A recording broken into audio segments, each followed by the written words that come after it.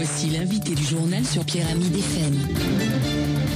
Le glas de la coalition des 14 partis politiques de l'opposition semble sonner. L'on annonce la naissance dans les tout prochains jours, dans les tout prochains mois, d'un grand mouvement citoyen.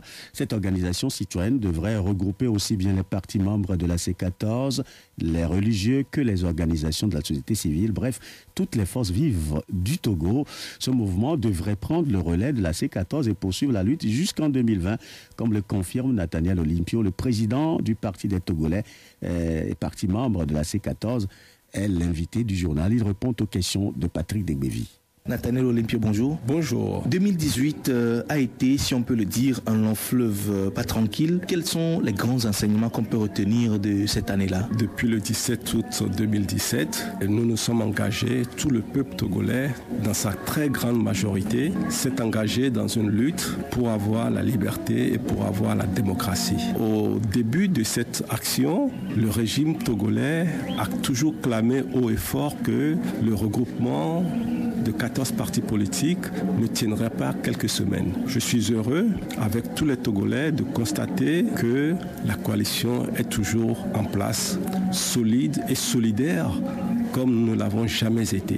Le second enseignement qu'il faut tirer aussi, c'est que l'existence de cette coalition a été une source de confiance pour les populations. C'est pour ça que toutes les manifestations organisées par la coalition ont toujours eu une réponse très positive de la très grande majorité des populations. Et cela traduit également que le peuple togolais, contrairement à ce que les gens disaient par moments, le peuple togolais n'est pas du tout résigné, mais bien au contraire, le peuple togolais est toujours debout. Et le troisième enseignement majeur que je voudrais tirer de cette expérience, c'est que les Togolais ont compris que tous ceux qui peuvent de bonne foi venir de l'extérieur pour nous accompagner d'une manière ou d'une autre, eh bien, tous ces gens ne peuvent faire que ce qu'ils ont la possibilité de faire. Ce n'est personne de l'extérieur qui nous amènera la liberté que nous recherchons, ni la démocratie que nous recherchons. Ce qui veut dire que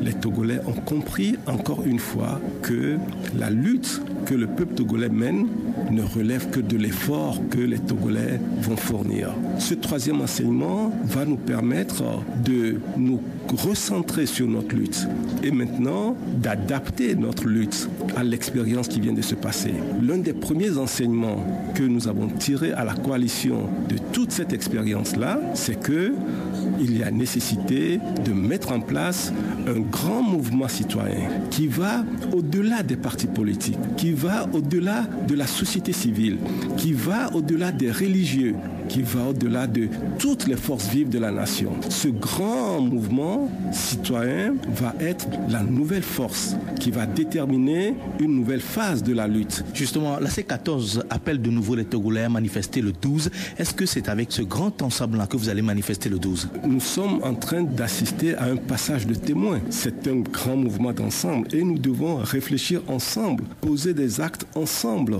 définir les orientations ensemble, avec toutes les forces vives. C'est cela qui est important parce que à la veille de leurs élections législatives, toutes ces forces vives, tous ces religieux, nous nous sommes tous exprimés de la même voix.